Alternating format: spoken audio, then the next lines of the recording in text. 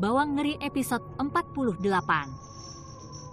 Watt berhantu, dos berganda, kisah seram. Dos pertama, wanita berkelana. Prolog, pertemuan pertama. Hospital itu sentiasa mempunyai aura yang mengganggu, tetapi Samantha Collins tidak pernah merasakannya sekuat yang dia rasakan pada shift malam pertamanya. Dia baru saja berpindah ke salah sebuah hospital di Melbourne, tertarik dengan reputasinya dan peluang untuk memajukan kerjaya ke juru rawatannya. Tetapi semasa dia berjalan di koridor yang bercahaya malap, dia tidak dapat menghilangkan perasaan bahwa ada sesuatu yang tidak kena. Bangunan itu lama, dengan seni bina yang bercakap tentang era lain, siling tinggi, lorong panjang dan lantai kayu yang berderit di bawah kaki. Dindingnya dipenuhi dengan gambar pudar zaman awal hospital, image dokter dan juru rawat bergambar kaku dalam hitam dan putih. Udara berbau samar antiseptik, dilapisi dengan sesuatu yang lebih tua, sesuatu yang hapak yang membayangkan sejarah panjang bangunan itu. Sudah lewat tengah malam, dan kesibukan yang biasa pada hari itu telah memberi laluan kepada kesunyian yang menakutkan. Yang kedengaran hanyalah bunyi bip monitor sekali-sekala dan rungutan suara dari stesen juru rawat dari jauh. Derapan kaki Samantha bergema dengan kuat, dan dia mendapati dirinya berjalan lebih laju, tidak sabar-sabar untuk kembali ke keselamatan relatif stesen yang terang. Semasa dia melalui watt pembedahan lama, sesuatu menarik perhatiannya. Di ujung lorong, berhampiran pintu yang menghala ke bilik simpanan, dia melihat satu figura. Ia adalah seorang wanita tua, membongkok dan memakai apa yang kelihatan seperti gaun hospital usang. Rambutnya yang putih kusut Masai, dan dia kelihatan bergerak perlahan-lahan, hampir-hampir seolah-olah dia sedang bergelut untuk berdiri tegak. Samantha mengerutkan dahi. Dia tidak ingat melihat mana-mana pesakit tua di bahagian ini sebelum ini. Risau, dia memanggil, "Puan, awak sihat ke? Adakah Anda memerlukan bantuan?" Wanita itu tidak menjawab.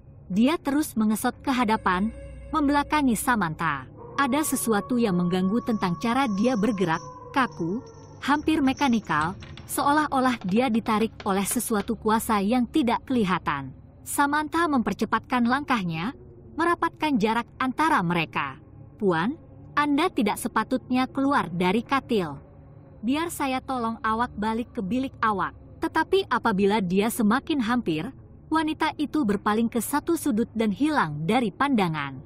Samantha tergesa-gesa mengikut, tetapi apabila dia mengelilingi sudut, dia mendapati dirinya merenung jalan buntu. Lorong itu berakhir secara tiba-tiba dengan dinding bata yang kukuh. Tiada tanda wanita tua itu, tiada pintu yang boleh dilaluinya. Jantung Samantha berdegup kencang di dadanya. Dia melihat sekeliling, coba memahami apa yang baru dilihatnya. Lorong itu kosong, sunyi kecuali bunyi samar-samar lampu di atas kepala. Dia berundur setapak ke belakang, merasakan peluh sejuk keluar di dahinya. "Hello." Dia memanggil, suaranya sedikit menggeletar. Ada sesiapa di sana? Tiada jawaban.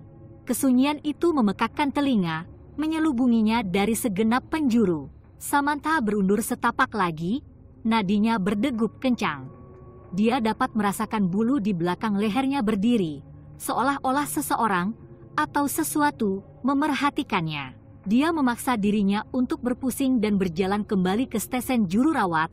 Langkahnya semakin laju setiap saat. Apabila dia akhirnya sampai ke bilik yang terang benderang, dia merasakan gelombang kelegaan menyelubungi dirinya.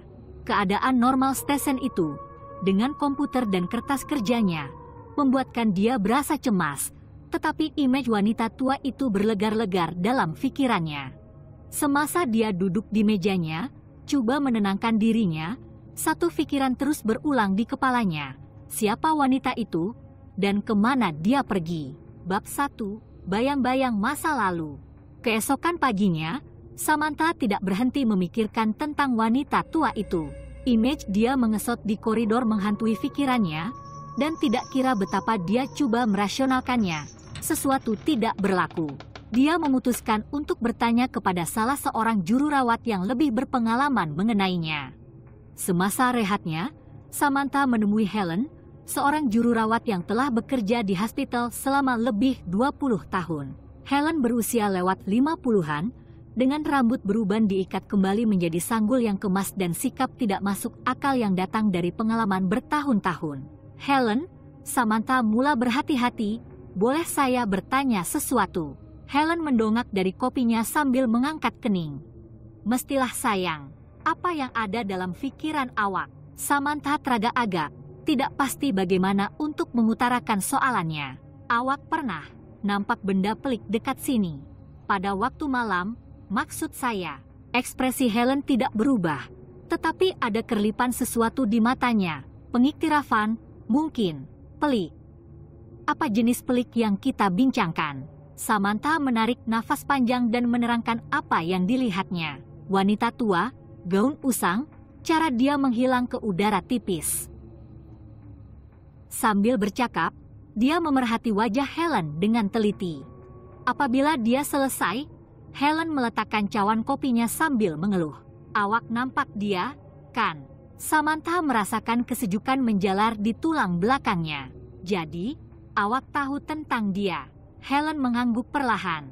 Dia berada di sini selama yang saya ingat. Beberapa kaki tangan yang lebih tua memanggilnya The Wandering Woman.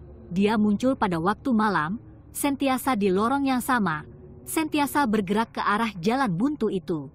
Dan kemudian dia pergi. Siapa dia? Soal Samantha sambil bersandar lebih dekat. Adakah dia pesakit di sini? Helen menggelengkan kepalanya. Tiada siapa yang tahu pasti. Terdapat cerita, sudah tentu habar angin lama diturunkan dari satu generasi juru rawat ke generasi seterusnya. Ada yang mengatakan dia seorang pesakit yang meninggal dunia di sini. Yang lain berpendapat dia mungkin seorang juru rawat yang tidak pernah pergi. Tetapi apapun keadaannya, dia telah berada di sini selama beberapa dekad. Samantha berasa menggigil merangkak ke tulang belakangnya. Adakah sesiapa pernah mencoba untuk mengetahui lebih lanjut? Untuk mengetahui kenapa dia ada di sini? Sesetengahnya ada, kata Helen, suaranya menjadi berbisik. Tetapi ia tidak pernah berakhir dengan baik. Orang yang mendalami masa lalunya, mereka mula melihatnya lebih kerap. Dia tidak suka diganggu. Samantha menelan liur dengan kuat, pikirannya ligat. Apa yang berlaku kepada mereka? Helen mengalihkan pandangan, ekspresinya menjadi gelap. Mereka pergi, atau lebih teruk, ada yang mengalami kemalangan. Yang lain tidak tahan lagi dan berhenti. Ia seperti dia mengikut mereka, menghantui mereka sehingga mereka pecah. Kata-kata itu membuatkan Samantha berasa seram. Dia selalu bersikap skeptik apabila melibatkan perkara gaib. Tetapi ada sesuatu dalam nada Helen, sesuatu dalam cara dia bercakap, yang membuatkan dia mempercayai setiap perkataan. Apa yang perlu saya buat? Samantha bertanya, suaranya hampir tidak melebihi bisikan. Helen bertemu dengan pandangannya, riak wajahnya serius. Biarkan sahaja. Apa sahaja yang Anda lihat, lupakan sahaja. Teruskan kerja Anda, dan jangan biarkan dia mengganggu Anda. Semakin kurang Anda berpikir tentang dia, lebih baik. Tetapi apabila Samantha menjauhkan diri dari perbualan mereka, dia tahu ia tidak akan semudah itu. Image wanita tua itu terbakar dalam pikirannya, dan misteri siapa dia dan mengapa dia masih di sana menggigit rasa ingin tahunya. Tidak kira betapa dia mahu melupakan, dia tidak boleh, dan jauh di lubuk hati, Samantha tahu bahwa dia tidak akan dapat membiarkannya begitu sahaja. Dia terpaksa tahu perkara sebenar. Bab 2, Menggali Sejarah. Arsip hospital itu terletak di ruang bawah tanah, tempat yang jarang dikunjungi orang. Udara pekat dengan bau kertas lama dan habuk, dan pencahayaan yang malap menimbulkan bayang-bayang panjang di seluruh barisan rak yang dipenuhi dengan rekod yang terlupa. Samantha menghabiskan beberapa hari berikutnya untuk menyaring rekod ini, mencari sebarang sebutan tentang wanita misteri yang dilihatnya. Ia adalah kerja yang membosankan, dan jumlah dokumen yang banyak sangat menggembirakan. Kebanyakan file adalah rekod pesakit lama, ada yang wujud sejak awal 1900-an ketika hospital mula dibuka. Semasa dia menggali lebih dalam, Samantha terjumpa satu siri laporan insiden dari tahun 1950-an. Satu file khususnya menarik perhatiannya, laporan tentang pesakit bernama Margaret Corelli. File itu lama, halamannya menguning karena usia, dan tulisan tangan hampir tidak boleh dibaca. Margaret telah dimasukkan pada tahun 1953 dengan demensia yang teruk. Nota itu menyifatkan dia sebagai pesakit yang sukar, terdesak untuk mengembara, sering keliru dan gelisah. Terdapat beberapa laporan mengenai dia hilang dari biliknya dan ditemui di bahagian lain hospital, kadangkala pada tengah malam. Kaki tangan telah coba memerhatikannya, tetapi pada suatu malam, dia telah hilang sepenuhnya. Pencarian untuk Margaret telah dilakukan secara meluas. Polis telah dipanggil, dan kaki tangan hospital telah menyelongkar setiap inci bangunan itu, tetapi tidak ada tanda-tanda dia.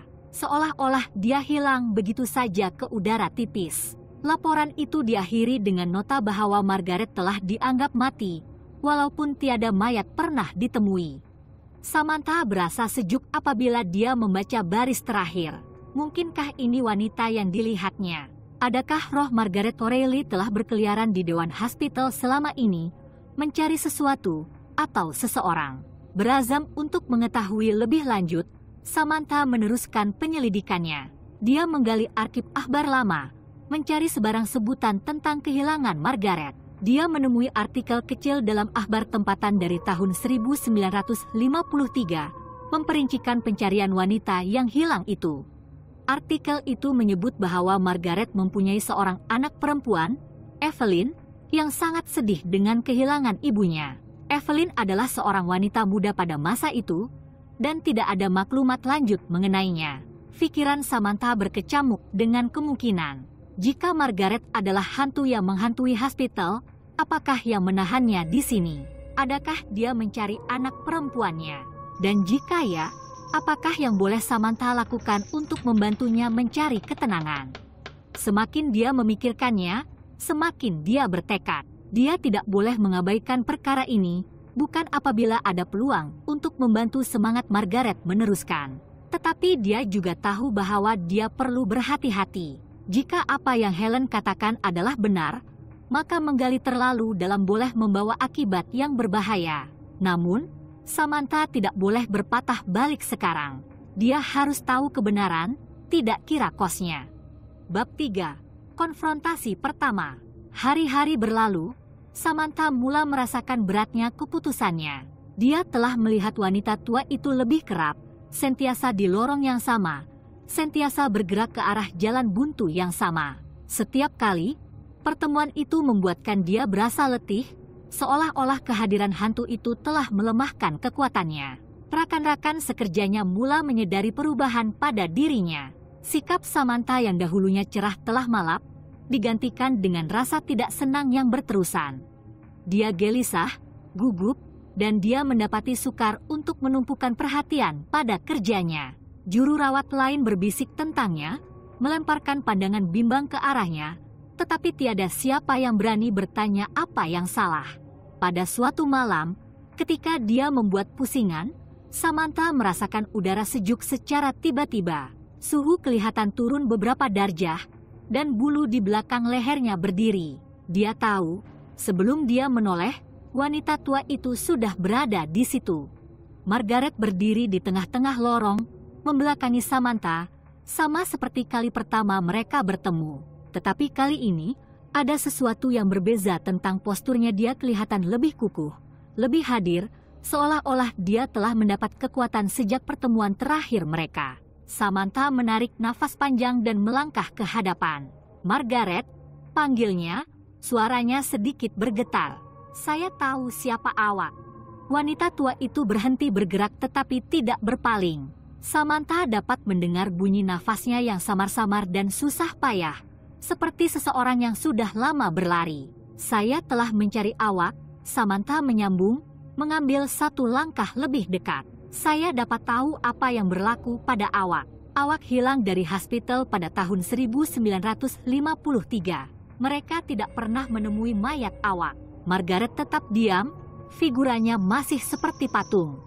Bayang-bayang di sekelilingnya kelihatan menebal, menekan masuk dari semua pihak, dan Samantha merasakan gelombang ketakutan menyelubungi dirinya.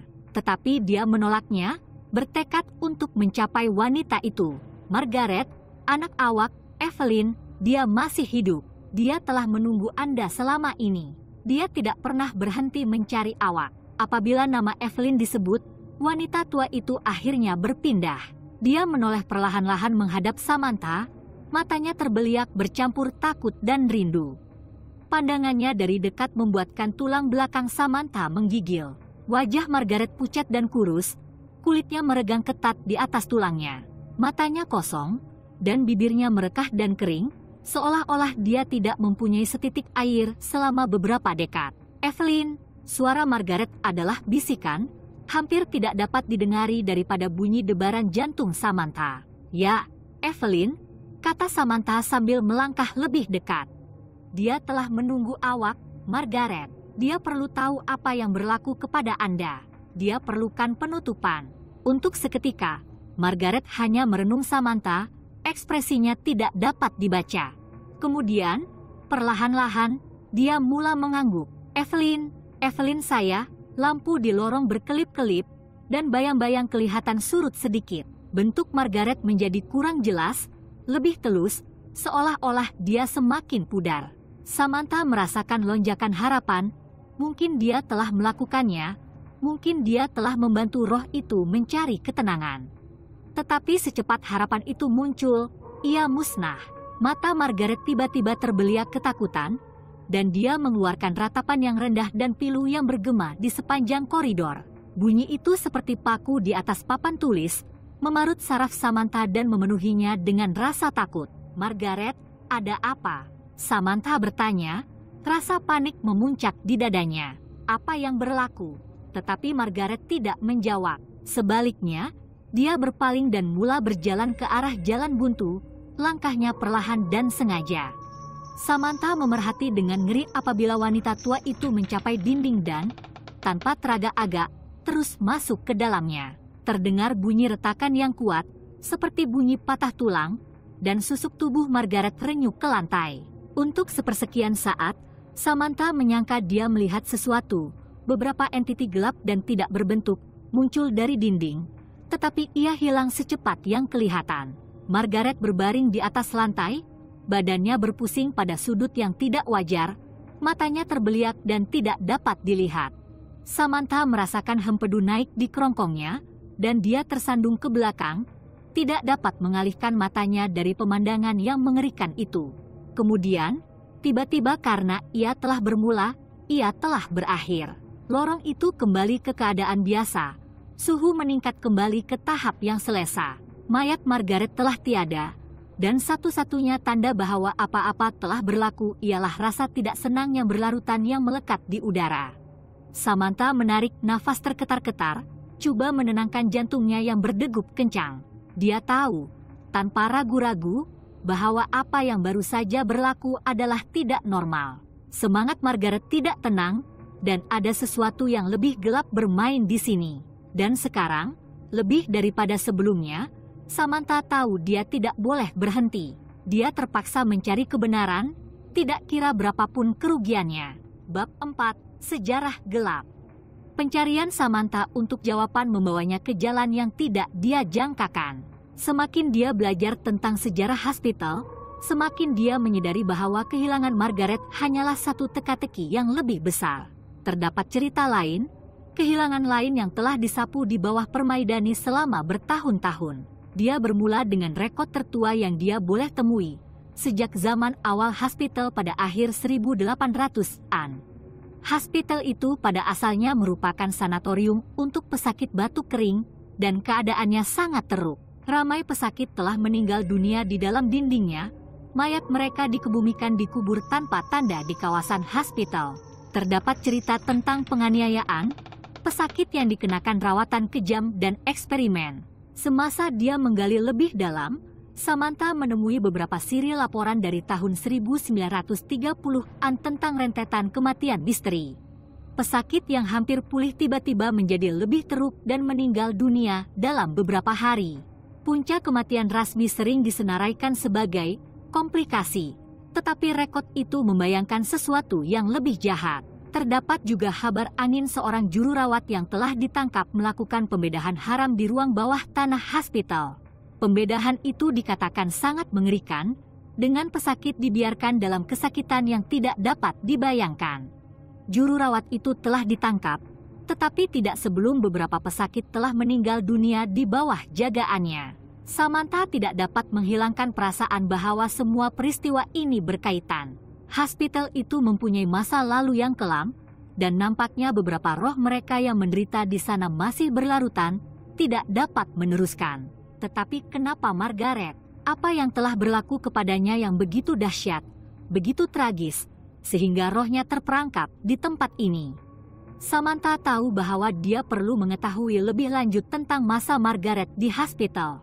Rekod yang dia temui setakat ini tidak lengkap, dan dia merasakan jawaban yang dicarinya disembunyikan di sudut yang paling tidak jelas dalam arsip.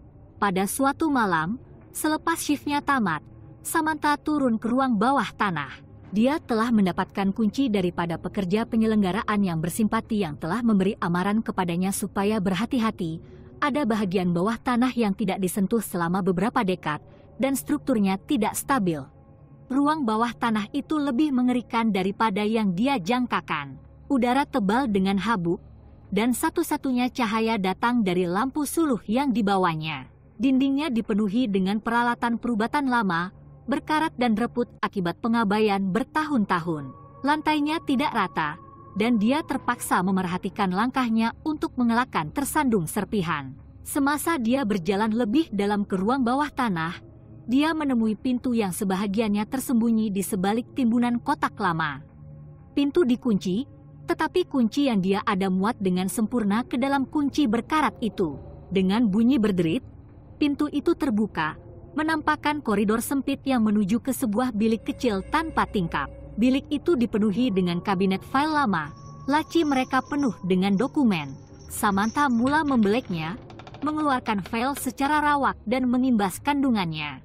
Kebanyakan file adalah dari tahun 1950-an, dan kebanyakannya adalah rekod pesakit yang telah dimasukkan untuk pelbagai masalah kesehatan mental. Kemudian dia menemuinya, file dengan nama Margaret O'Reilly di atasnya. Tangannya terketar-ketar membukanya, mendedahkan beberapa siri nota daripada dokter yang merawatnya. Nota-nota itu menggambarkan keadaan mental Margaret yang semakin merosot, paraneanya yang semakin meningkat, dan dia yang kerap meletus. Tetapi ada sesuatu yang lain, sesuatu yang membuatkan darah Samantha menjadi sejuk. Margaret telah mendakwa bahwa dia sedang dihantui.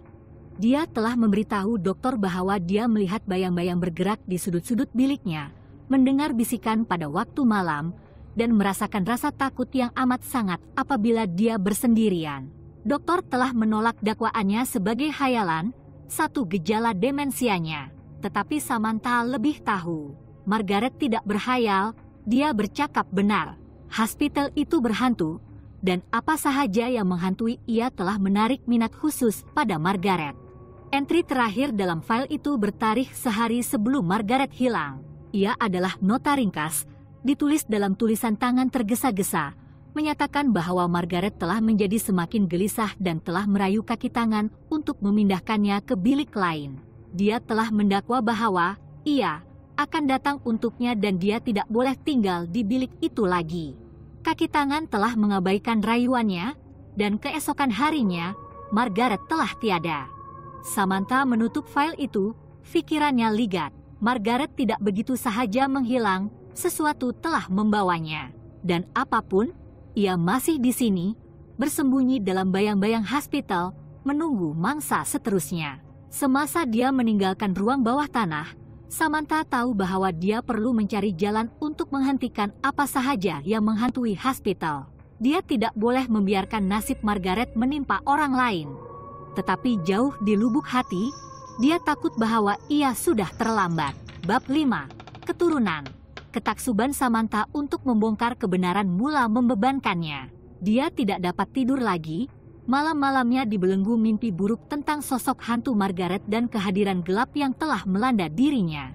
Dia menjadi semakin terasing, menolak rakan sekerja dan rakannya, tidak dapat menjelaskan apa yang dia alami. Dia mula menghabiskan lebih banyak masa di ruang bawah tanah hospital, yakin bahwa jawaban yang dicarinya tersembunyi di sana. Dia selalunya akan kehilangan jejak masa. Beberapa jam kemudiannya diselubungi habuk dan kotoran, Pikirannya berdengung dengan serpihan maklumat yang ditemuinya.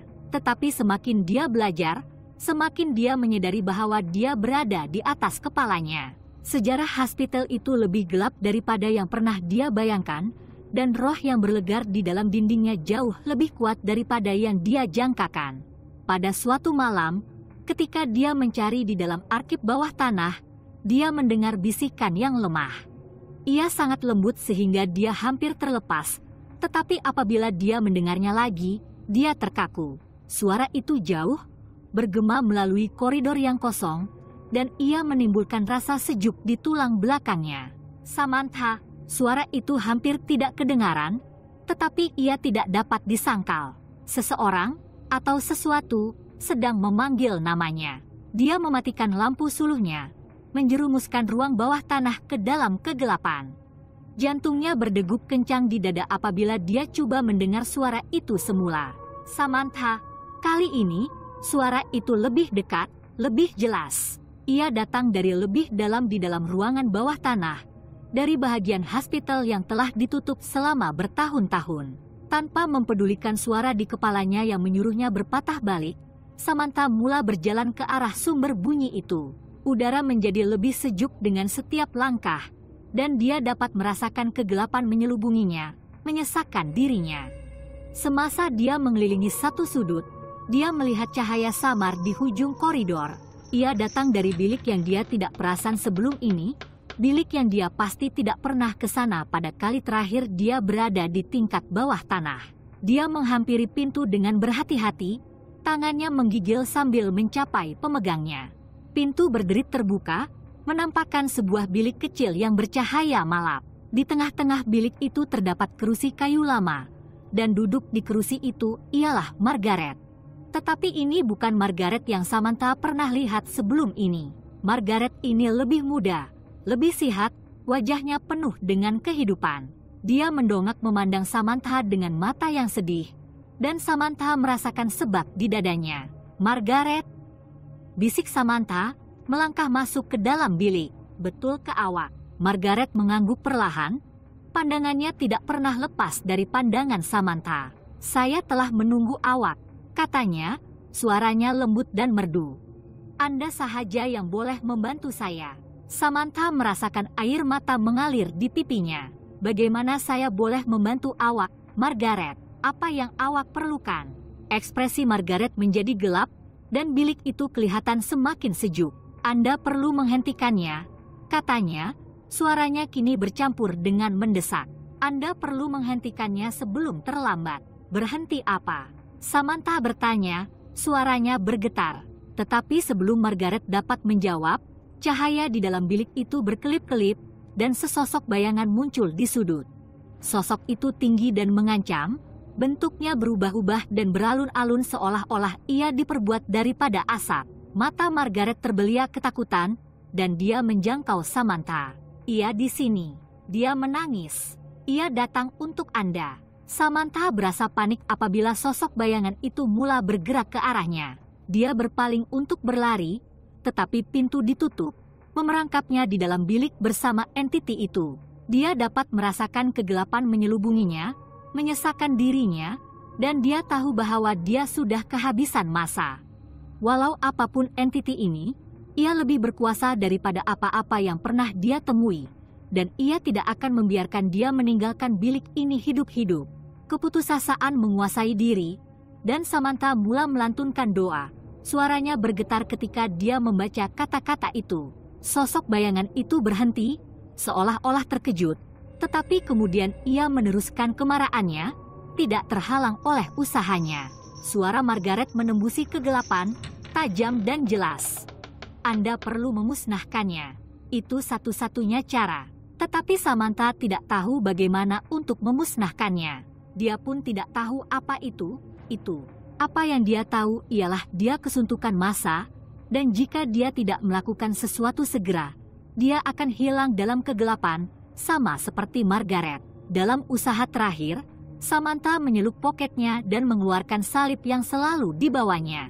Dia mengangkatnya, menunjuk ke arah sosok bayangan itu, dan berteriak, "Dengan nama Tuhan, saya perintahkan kamu untuk meninggalkan tempat ini." Sosok itu berhenti, bentuknya goyah, dan seketika Samantha berpikir bahwa ia mungkin benar-benar berkesan. Tetapi kemudian figura itu mula ketawa. Bunyi rendah dan kesat yang membuatkan tulang belakangnya menggigil. "Anda tidak boleh menghalang saya," desisnya. Suaranya meleleh dengan niat jahat. "Saya kekal. Akulah kegelapan yang memakan segalanya." Salib di tangan Samantha mula terbakar, dan dia menangis kesakitan, menjatuhkannya ke lantai. Sosok itu bergerak lebih dekat. Kehadirannya sangat menggembirakan, dan Samantha tahu bahwa dia hampir mati. Tetapi sebaik sahaja sosok itu mencapainya, suara Margaret kedengaran, lebih kuat daripada sebelumnya. "Samantha, sekarang, musnahkannya." Dengan kekuatan terakhirnya, Samantha meraih salib dari lantai dan menjunamnya ke dalam jantung sosok bayangan itu. Terdapat kilatan cahaya yang menyilaukan, dan figura itu mengeluarkan jeritan berdarah.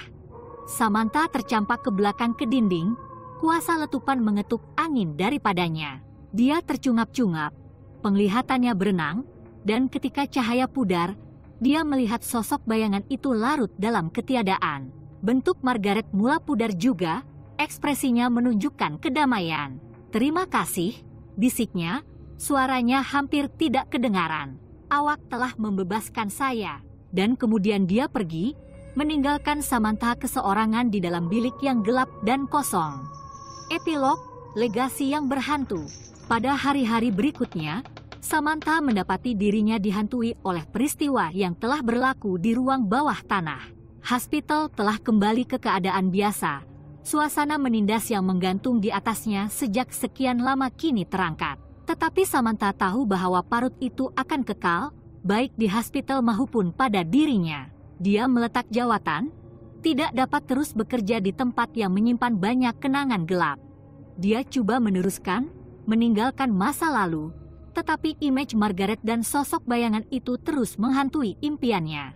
Pada suatu hari, dia menerima surat melalui surat. Ia adalah daripada Evelyn, anak perempuan Margaret, yang entah bagaimana mendapat tahu tentang penglibatan Samantha dalam case itu. Surat itu ringkas, tetapi ia menyampaikan rasa kesyukuran yang membuatkan Samantha menitiskan air mata. Evelyn berterima kasih kepada Samantha karena membantu ibunya mencari ketenangan dan mendedahkan kebenaran tentang apa yang telah berlaku selama bertahun-tahun yang lalu.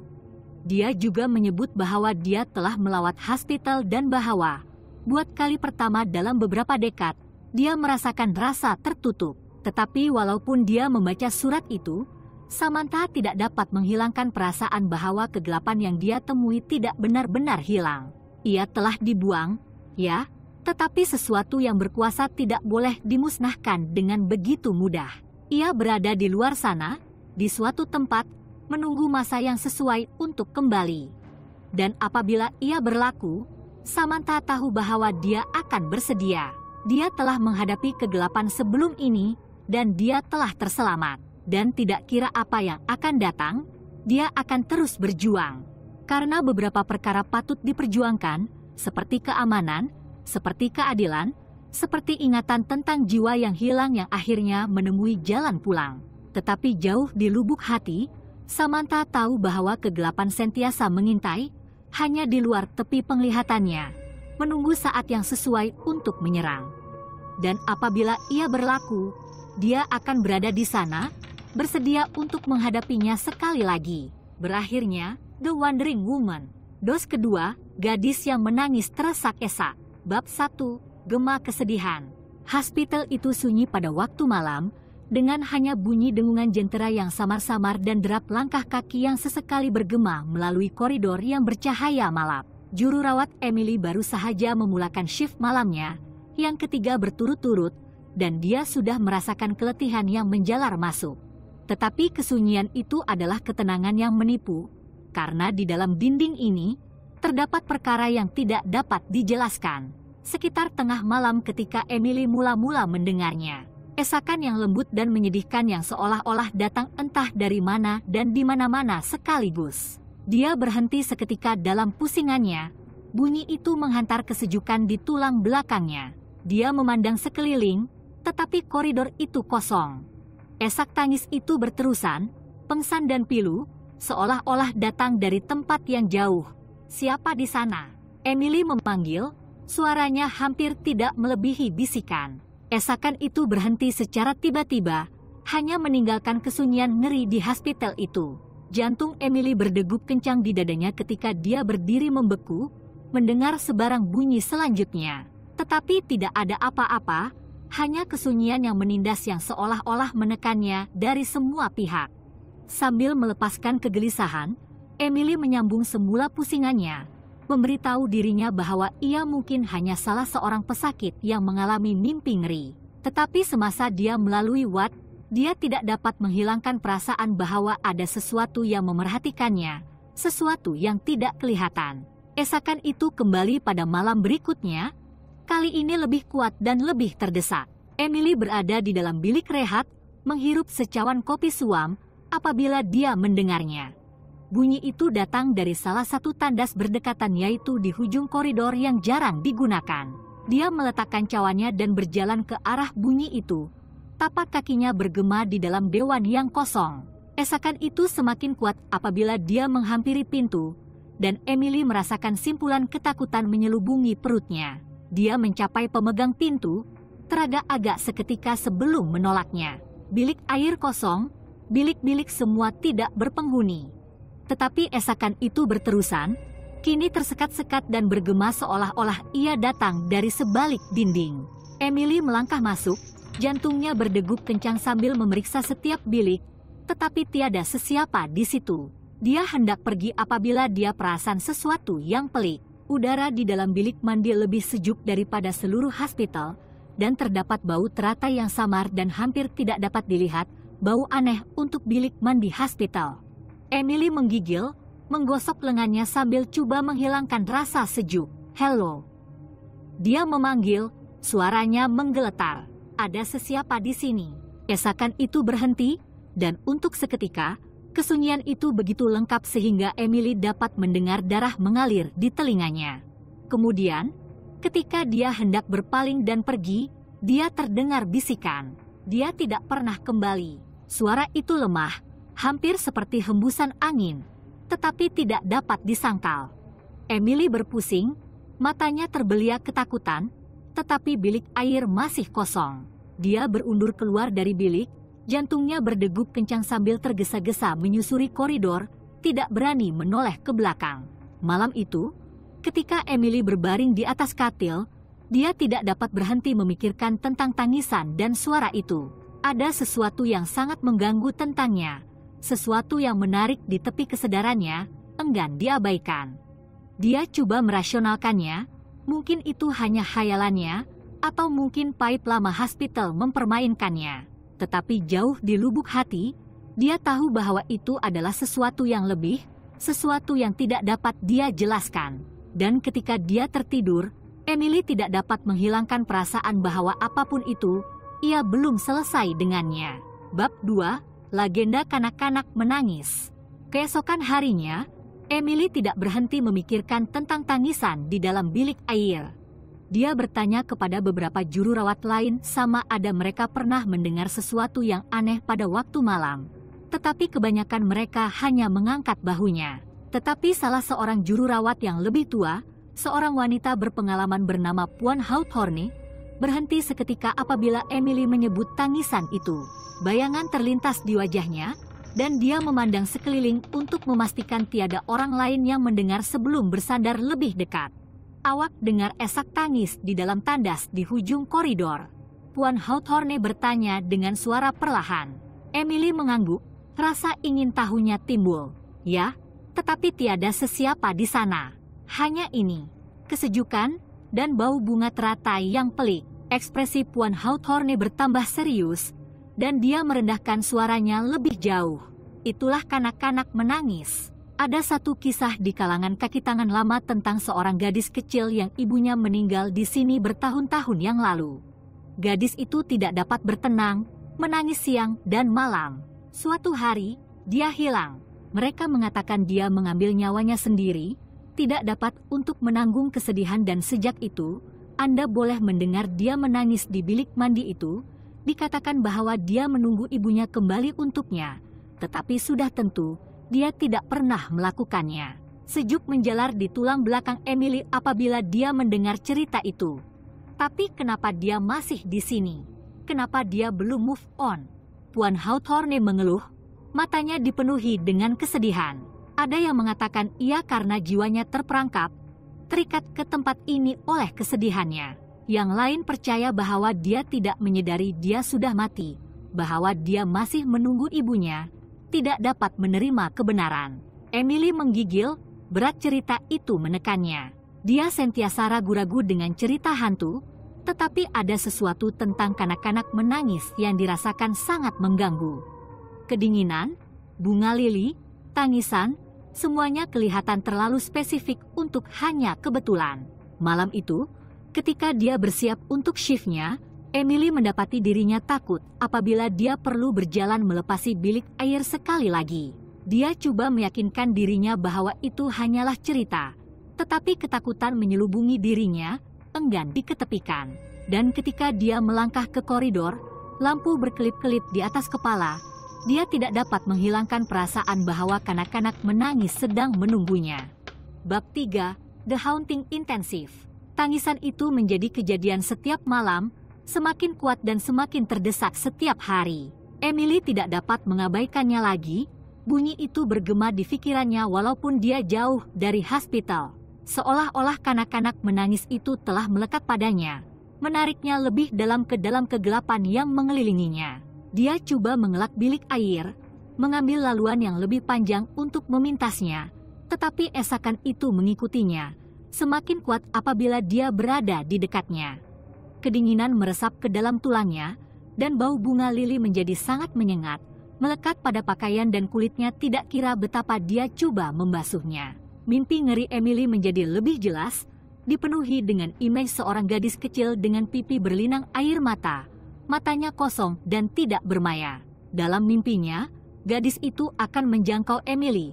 Tangan mungilnya sejuk seperti ais, memohon dia untuk membawa ibunya kembali. Tolong, dia tidak pernah kembali. Kata-kata itu bergema di pikiran Emily, menghantuinya walaupun dia terjaga. Dia mula melihat gadis itu di sudut penglihatannya. Bayang-bayang sekejap yang hilang setiap kali dia coba fokus padanya. Hospital itu, yang pernah menjadi tempat penyembuhan, telah menjadi penjara. Dindingnya menutup dirinya apabila kehadiran kanak-kanak menangis itu semakin kuat.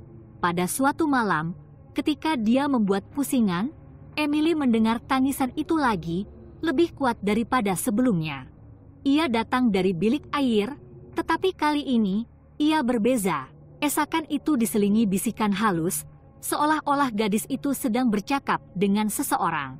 Emily teragak-agak, tangannya melayang di atas pemegang pintu. Setiap naluri memberitahu dia untuk berpatah balik, meninggalkan hospital dan tidak kembali. Tetapi sesuatu memaksanya untuk membuka pintu, kuasa yang lebih kuat daripada ketakutannya. Bilik mandi gelap, cahaya berkelip-kelip lemah di atas kepala. Esak tangis telah berhenti, digantikan dengan bunyi nafas yang cetek. Jantung Emily berdegup kencang di dadanya apabila dia melangkah masuk. Matanya ligat melihat dalam cahaya yang malap. Dan kemudian dia melihatnya, anak menangis, berdiri di tengah-tengah bilik, membelakangi Emily. Gadis itu memakai gaun hospital lusuh, rambutnya kusut dan tidak terurus. Dia merenung dinding, bahunya bergoyang-goyang seperti sedang menangis, tetapi tiada suara yang keluar dari bibirnya. Emily merasakan ketulan di kerongkongnya ketika dia memerhatikan gadis itu. "Siapa awak?" Dia berbisik, suaranya menggeletar. "Awak nak apa?" Gadis itu tidak menjawab, tetapi perlahan-lahan, dia mula menoleh. Nafas Emily tersekat di kerongkong apabila dia melihat wajah gadis itu, pucat dan hantu, dengan mata gelap dan kosong yang seolah-olah mencecah jiwanya. "Dia tidak pernah kembali," bisik gadis itu, suaranya dipenuhi dengan kesedihan. "Kenapa dia tak balik?" Emily merasakan setitis air mata mengalir di pipinya, hatinya hancur untuk jiwa yang hilang di hadapannya. "Saya tidak tahu," katanya lembut, "tapi saya di sini sekarang. Saya akan tolong awak cari dia." Air muka gadis itu berubah, matanya membulat penuh harapan. Tetapi sebelum Emily boleh berkata apa-apa lagi, Pintu bilik air ditutup, dan lampu padam. Emily terjerumus ke dalam kegelapan, udara pekat dengan bau bunga lili.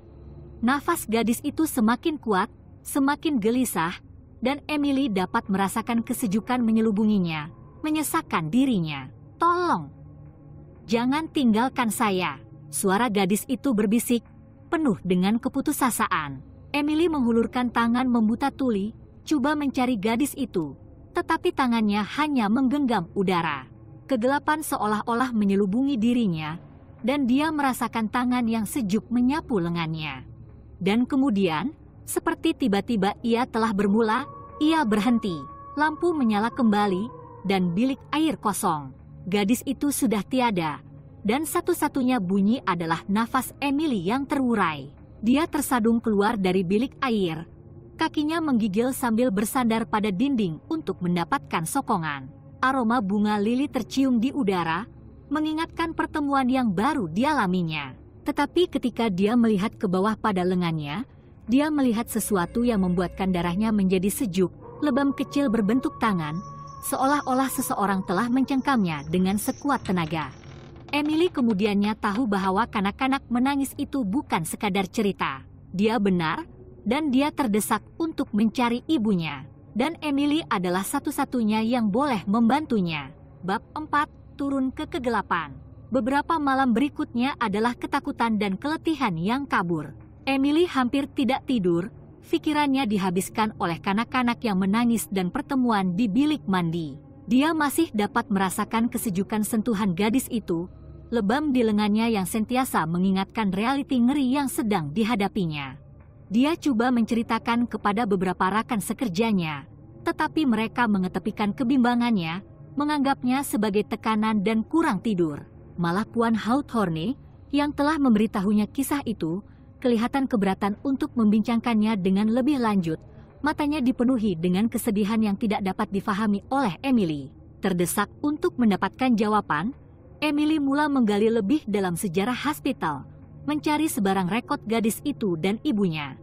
Tetapi semakin dia mencari, semakin dia menyadari bahwa tidak ada rekod rasmi, tiada nama, tiada tarikh, tiada apa-apa untuk membuktikan bahwa gadis itu pernah wujud. Seolah-olah hospital itu sendiri coba memadamkannya untuk menguburkan tragedi yang telah berlaku di dalam dindingnya. Tetapi Emily bertekad untuk mendedahkan kebenaran, tidak kira kosnya.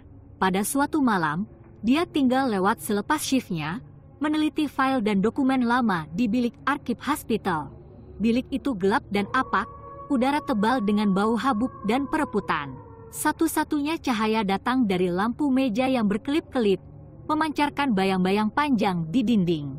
Semasa dia menyelak helaian lejar lama yang kekuningan, dia mendapati sesuatu yang menarik perhatiannya, sebutan ringkas tentang seorang gadis kecil yang telah dimasukkan ke hospital bertahun-tahun yang lalu. Ibunya telah meninggal dunia dalam kemalangan yang tragis. Entri itu pendek, hampir mengetepikan, tetapi ia mengesahkan apa yang ditakuti oleh Emily. Gadis itu adalah benar, dan kisahnya telah dilupakan. Tetapi ada sesuatu yang lain, sesuatu yang membuatkan tulang belakang Emily menggigil. Entri tersebut menyebut bahwa gadis itu telah ditempatkan di ward khas yang tidak digunakan lagi. Ia terletak di bahagian tertua hospital, bahagian yang telah ditutup bertahun-tahun yang lalu karena masalah struktur. Emily tahu bahwa dia perlu melihatnya sendiri. Dia terpaksa mencari ward tempat gadis itu disimpan, untuk melihat sama ada terdapat sebarang petunjuk yang boleh membantunya memahami mengapa roh gadis itu masih membara. Dia menuju ke bahagian lama hospital, tapak kakinya bergema di koridor yang kosong. Udara di sini lebih sejuk, dinding retak dan mengelupas dengan usia. Lampu-lampu berkelip-kelip menakutkan, menimbulkan bayang-bayang ngeri yang kelihatan menari di sepanjang dinding. Apabila dia sampai di pintu ward lama, Emily teragak-agak.